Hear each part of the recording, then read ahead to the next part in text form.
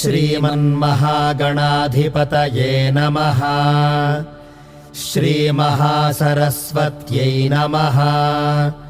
श्रीगुरुभ्यो नमः। हरिः ओम्।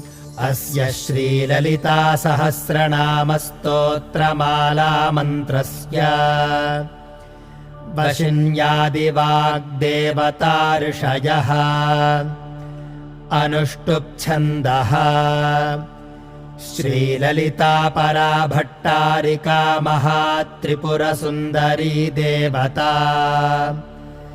ऐं बीजं क्लीं शक्तिः सौः कीलकम्। श्रीललिताम्बा प्रसादसिद्ध्यर्थे पारायणे विनियोगः। ध्यान